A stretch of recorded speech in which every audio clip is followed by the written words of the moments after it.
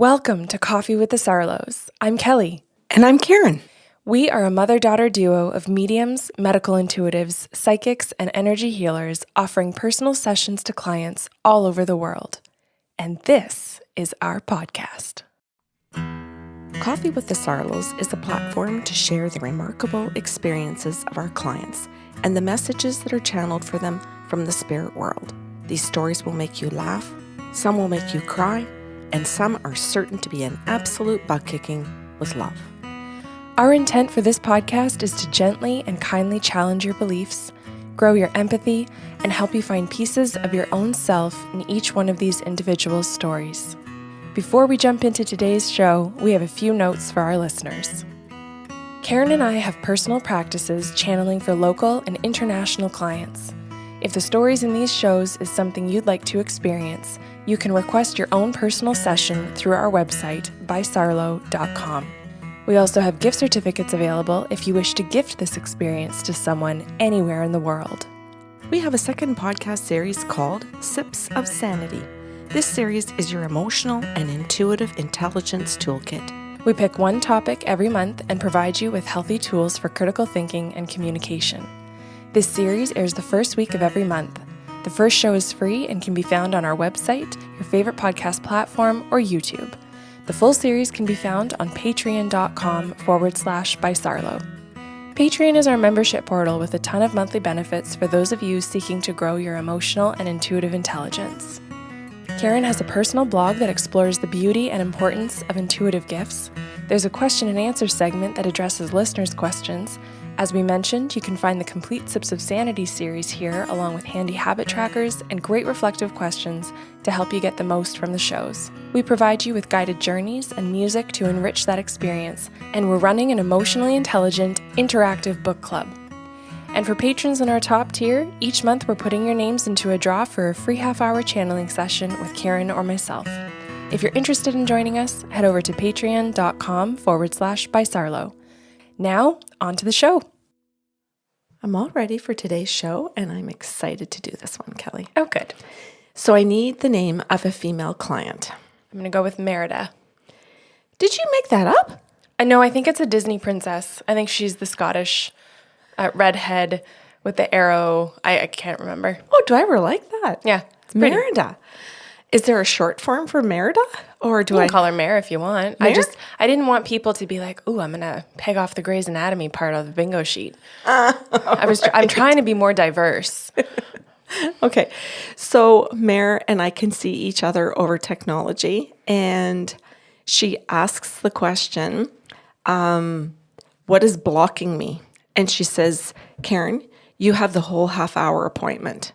I'd like to know what is blocking me, whatever the spirit guides want to tell me, anybody who's crossed over that wants to come through to help in my family that's died through medium.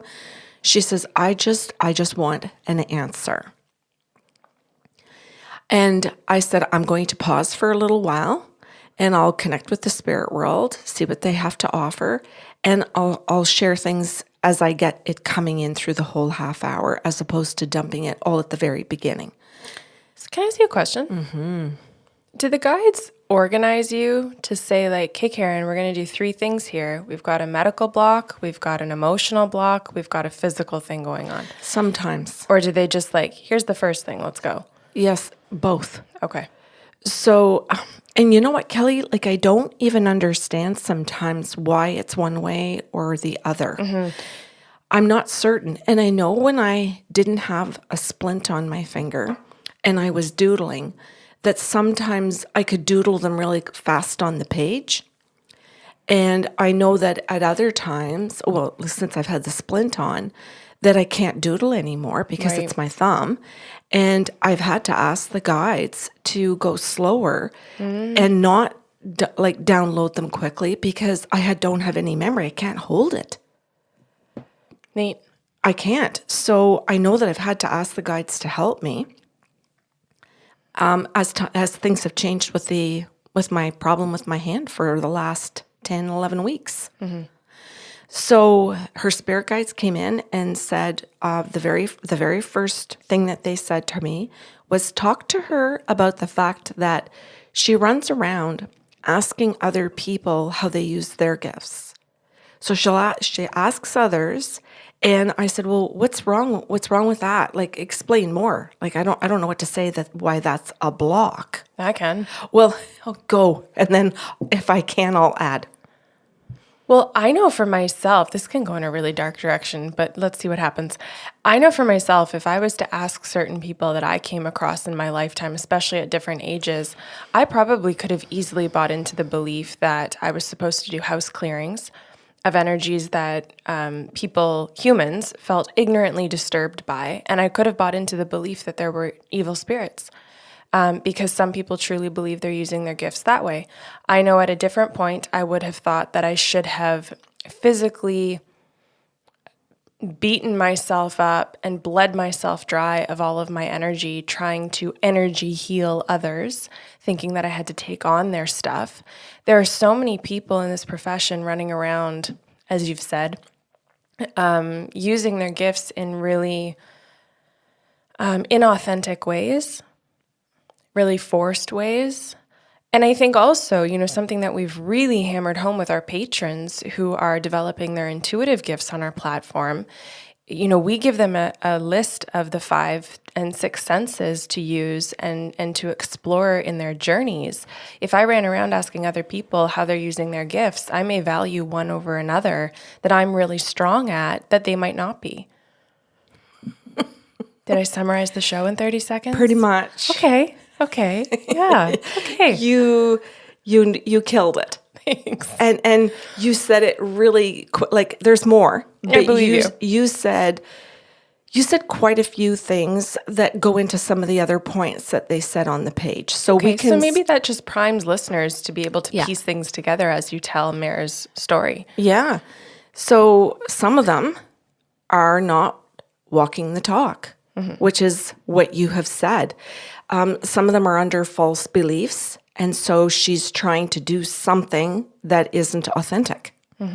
That's a block right there. And I don't think people would sit there and go, that's a block? Well, yeah, then let's talk about that. I think, in this case, correct me if I'm wrong, a block could be that if I ran around asking people about how they use their gifts, I may have believed that I had to sit down and study tarot cards for 4 years before I opened a practice. Yeah. Or that I needed to study all of the gemstones, the names and the properties, and use them in a session forever and ever. I may have still been using a little pendulum to answer my yes and no questions without developing more intuitive gifts, and relied on straight yes no questions that don't really get me as far as I can go talking directly to the guides. I may have been stuck in a tangible world of items instead of actually just in the beginning closing my eyes and getting the messages, and now sitting wide open staring at a blank wall, being able to talk as I'm getting the message. Right. And when you're giving that list, Kelly, I think of the people who say, if I can't be there in person, you can't read my energy. Right. And we have to say, well, that's a lie. And maybe it's true for another person. And that's the thing, is that if they've, and I don't mean this rudely, if they've only opened up their gifts to that extent, then it's true for them. And that's what they need to access what they're accessing, assuming they're doing it respectfully. But when you've developed gifts to a different level, or on a different level, tangible things aren't necessary. I don't spend an ounce on any physical thing to hold or touch. So that was her first response from the spirit guides, was that she's going to the wrong people for the wrong information, and that they are inauthentic. And that she has no idea, because she just assumes that if they say they're intuitive, that they are. Or that their way of doing it with their gifts is the only way that she can access her own, instead of getting to know herself. Yep. Which I thought was such a beautiful thing to hear. And it's not, like you said, it's not to be judgmental of other people. It's to say, I need to know me. Yeah, and I think it's also something equally of importance, that as you're figuring out where your strengths are and developing those gifts, you end up challenging your own subconscious assumptions. And that's a good thing. We need to do that culturally. We need to do that racially. We need to do that faith-wise. Well, that comes into the second one is faith. It's so good that you let me skip ahead, or I wouldn't be a part of this podcast. I would never talk. So thank you for the opportunity, ma'am. I think it works so fantastic for Good. people. I do. I just think it's awesome because it's two professionals discussing the same topic where so many of our gifts are so similar and yet we're two separate people. So they're obviously also different. And they get to hear, I don't know, I just think it's awesome. Okay. So this faith one, Kelly, goes into the fact that she's raised in a particular faith, and I'm not going to pick one. I don't want to go down the road of saying it's any particular faith because I want everybody to be able to listen to this and say, and not say, oh, I'm not of that faith, so mine's better. I just want people to hear it and be able to be in their own space to go, do I do that as well? Do I hold what a church or a group or, I don't know, whatever these different faiths call themselves? I'm also going to refer to some of them as cults because some people are in cults and they call them their faiths. Not everybody, but that's true too. Do I hold what they tell me to believe as the truth without questioning it? As the truth without using logic, without discovering it on my own, without thinking for myself. And that's the key, because if you're going to be connected to the spirit world, then you have to know how to think for yourself, and you have to know how to question things. And know that you're allowed to. I think that's a whole other component of developing gifts, because at no point in my day of channeling do I sit there and go, I just do exactly what the guides tell me. I do a lot of what the guides tell me because it makes sense. I'll say in the heart center, it makes sense in logic. It makes sense in terms of respect. But the second I don't understand something or something doesn't add up, I turn around and I ask a question and I expect an answer. Yeah. And I think a lot of people in different cult faiths don't believe or are of the belief that they're not allowed to ask questions. That's correct. And they also don't believe that they're allowed to stand up and disagree. Yeah. Or that they're allowed to not only disagree, but be able to venture out and figure it out and research other options on their own that sit with them in their morals. So she gets told that. And I remember looking at Maren saying, we're going to do a check-in.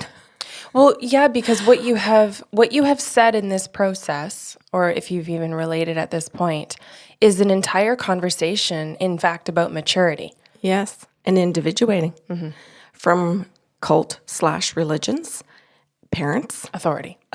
Anything, school systems, the whole thing. So part of what we do here is check in, and the questions that you and I ask are, is this answering your question? Is this meeting your needs? Have I crossed your boundaries in this? And may I continue your session and doing what you've asked me to do? So those 4 questions get asked. And then I asked her another question. Is this all accurate? And she said yes. And I said, so it's accurate that the guides are saying that you haven't learned an individuation process yet in order to be able to separate yourself from all of these different things that you've experienced in your life to actually create a healthy process for yourself. The guides are trying to point out to you that without individuating, you're going to have several blocks because of all of the different things that all of these different groups, I don't want to call her parents a group, but Authorities. That's what individuation is. It's individuating from authority. Right. All these different authorities, she hasn't gone through the process yet of challenging what they've told her to believe as an adult. And so she just kind of sat there and she went, that's pathetic. Okay. Good enough, Mare. Yeah. And I said, well, at first, Kelly, got to tell you the truth. At the very beginning, when she said, that's pathetic, I thought she meant that I was saying this. And I said, could you clarify what's pathetic? Yeah. Would she answer my life? Well, she basically came back and she said, the fact that I haven't individuated, like, because she's not like in her 20s, she's older. Like, I'd say she's, maybe mid 40s. And she's like, I'm in the middle of my life, and this is the first time an adult has told me that I haven't individuated from authority figures. She goes, like, I feel a little full of shame here. That's fair. And, my response or my reaction is I want to explain it in that she's having an appropriate response to the information. Someone in their mid-40s who hears all of this and thinks, oh, okay, and thinks I must be doing just fine, or thinks like, well, I'm sure no one is further along than me, and tries to justify it. Like those are inappropriate, right? So she's having a proportionate response emotionally. And I think that's great. And showed up with enough humility to admit to another human being, pathetic. I think it's awesome. Yeah. Like, we sat there together and had a little giggle after that. Because she's also, with that response, cracked a door for herself. You got it. Yeah, I want something different. Absolutely. And because she has this desire to actually connect to the spirit world and figure out what this connection means, she's willing to sit there and do exactly what you just said. Cool. And so the very next one is that she doesn't stick with something long enough to see any process or any success in it. Nothing. She flits from one thing to the next, just in a constant, I don't know, Kelly, I think it's like a state of anxiety. And she says to me, well, that's true, but why do I do that? And I said, well... Do I ruin this part too? No, you go right ahead. You handle it like a boss. So why do I do that was her question? No, pardon me. You handle that like a life coach. Well, I'll take both titles. Thank you. So her question is, why do I do this? So if you haven't individuated, what you are constantly seeking is approval. And you can call it success, but really at the bottom of it, it's approval of others, which is why she's running from person to person in her field, quote unquote, because I wouldn't even consider them in our field, looking to see, am I doing it right? Am I doing it right? And that is going to create a constant state of anxiety. So if you don't see immediate success, it means I'm not getting immediate approval. I need to try something else. Before you ever actually can appreciate a process, trial and error, to even see if you like what you're doing. Bingo. So she gets told that she needs to stay with one person or one group that is organized and that has a process for her and accountability in it and community. And she goes, I don't even know what that means. And I said, that's right. That's exactly right. You don't.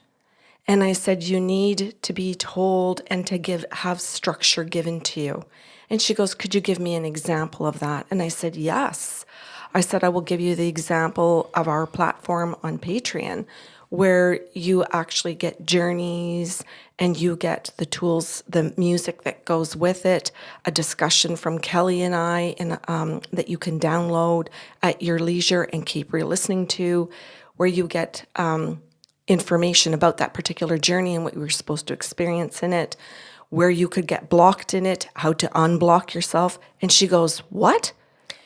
Well, what you're describing is a breaking down of process. That's right. And I want to kind of illustrate it in a different way. Sure. If just in terms of, listeners, if they're like, I still don't get it. If you took your car to a mechanic and said it's not running, and they said, okay, I can help you out with that, and you drove it into their little shop, and they walked out with their toolkit, wheeled under for 2 minutes, and came out to ask you a question to gather more information, and you went, well, my car's not fixed. This isn't working. I'm taking it somewhere else. That's what she's doing. Mm-hmm. So I'm illustrating it in the sense that you can probably understand that I just cut a professional off in their process that they know works, but I've assumed that it's just not working because we're only at stage 1. Mm-hmm. That's what she's doing for herself. That's right. So as you've said, she needs the people that have created those processes, and then she needs to stick with those people for a long period of time, not a few weeks, not a few months, not a few journeys. She needs to stick with them for years. So I'm going to illustrate this in different language. Sure. You're saying stick with, I'm saying be held accountable.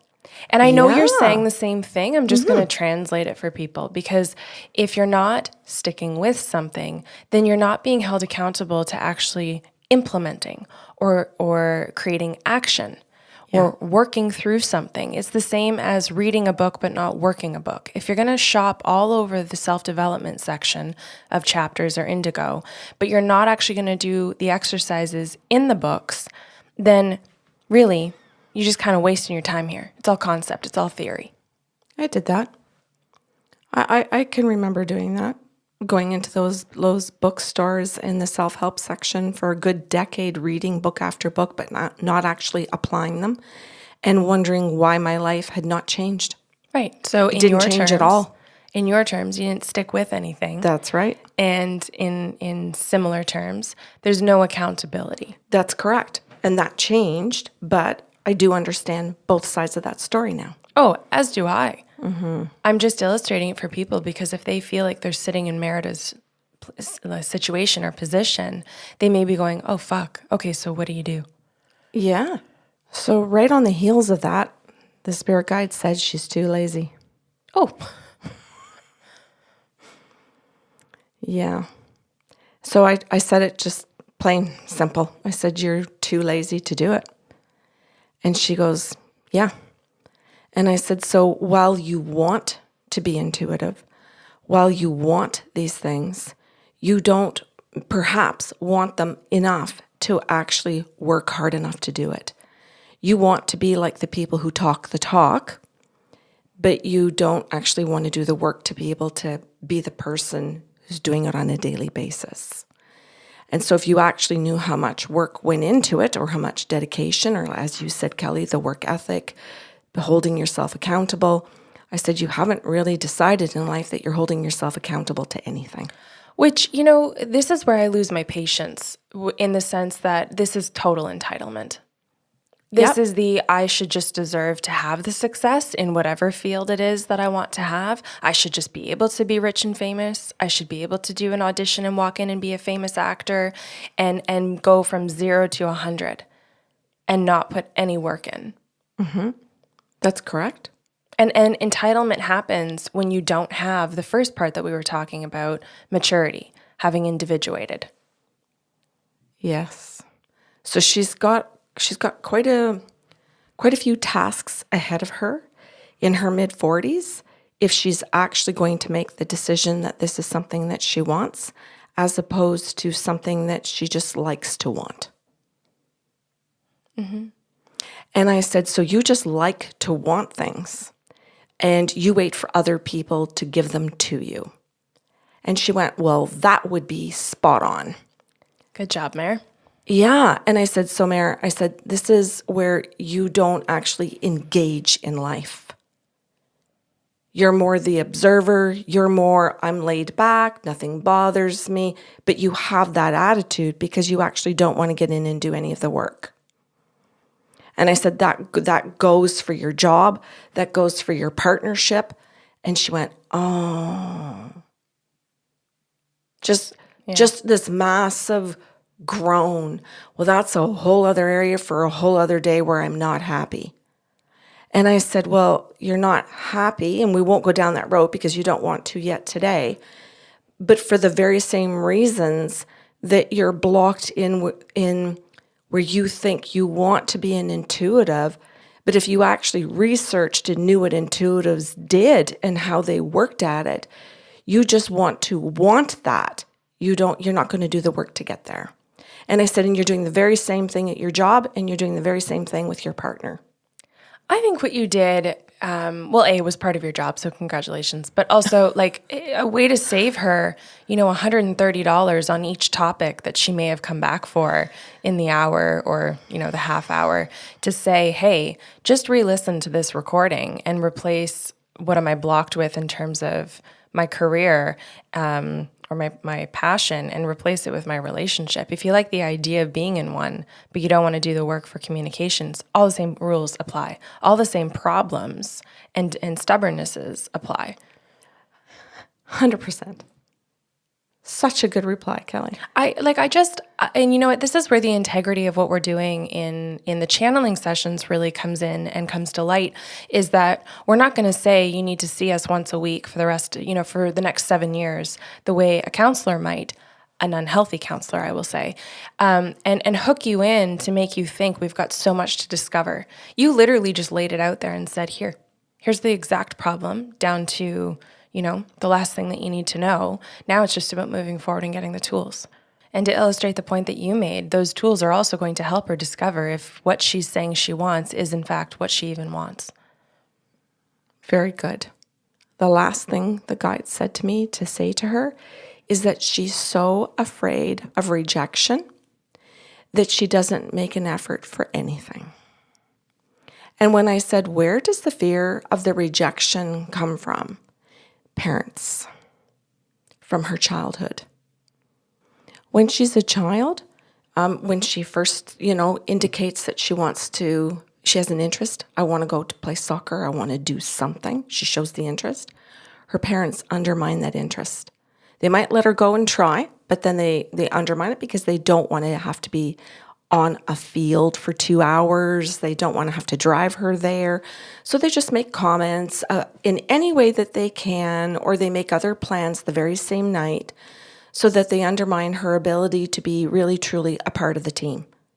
So, and then of course she's rejected on the team because she's not there for practices. She doesn't really feel part of it to begin with, but she gets rejected from the coach.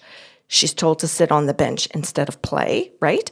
And so she feels this rejection, not understanding really that her parents created that situation. So they don't look like the bad people, the coach does. They don't look like the bad people, the kids on the bench and her teammates that don't hang around her, invite her to the parties and, high five her when she finally gets onto the field. They run to the other kids. She doesn't understand that it's her parents that have created this whole pattern of rejection for her. So as an adult now, she's so terrified of all of this rejection in all aspects of her life that she's now sabotaging everything. Mm-hmm. And I remember sitting there and telling her that, like it was in the last 5 minutes of the session, and she said, this has just opened a can of worms. And I said, I think what it's done for you is indicate how much you need therapy, is indicate how much you need to do some actual work on your childhood and your past to really understand the way that you think and the way that you think motivating the way that you behave. Mm-hmm. And the patterns that you create now. And you're in your mid-40s. What a beautiful time for you to be able to spend with an adult brain, to be able to sit with a therapist and reflect back and really do some beautiful work for yourself. And because you're interested in your intuition and the spirit world, what a great motivation. Because as you do the work with the therapist, as you join a healthy group of people that can help your intuition grow, this could be an absolutely fruitful time of life for you. Yeah, she has an entire life ahead of her. Yes. Yeah. And that was the half hour. That's what we got done. Well done. By listening to the spirit guides with one simple question for a half hour. What is blocking me? Mm-hmm. Amazing. Because it answered so many more questions for her. Mm-hmm. And it opened so many doors. Well, good for you. And I'm so happy for Merida. Mm-hmm. Me too, Kelly. Yeah. And I hope that, of course, as always, that listeners got an opportunity to see themselves or a piece of themselves in this story, whether you are far more progressed and have worked through the things Merida is just about to get into, mm-hmm. Or you're right there with her thinking, okay, I'm not alone. There's someone else at the beginning. I know lots of people who've left religions / cults decades ago. 4, 5, 6 decades ago, and think, no, that has nothing to do with my block now. I haven't been part of that in 5 or 6 decades. And it is entirely where they're stuck because they never bothered to spend the time individuating from the beliefs they left. They never did the work to undo the damage those beliefs created. And they think just because time has passed and I did nothing about it, everything disappeared and went away from me. No, it didn't. It didn't disappear because you walked away. You actually have to do the work when you walk away. It's just like when people leave one marriage and go right into another one without ever having done the work of figuring out why the past relationship didn't work. That is their responsibility, not their partner's, their own. Because if you don't do that work, then you carry that baggage into the next relationship and go, hey, don't you think I'm attractive? And here's my shit I didn't deal with. We're going to stuff that in the closet for 6 months, though. And we'll sneakily bring that up when I want to. Right, because the first 6 months to a year, I'm just going to love bomb the shit out of you. You're going to love bomb the shit out of me. It's all going to be awesome. And like you said, and then we'll unpack it so slowly that you don't know that I'm changing back into the person I used to be. Just letting it out again. And I think we may have exhausted people this morning. Well, okay. You know what? I'm okay with it though, and I can joke about it, but at the same time, I know sometimes people walk away from this totally light and feeling the heartwarming story that came out. Yeah. But sometimes it's like, okay, I got to dig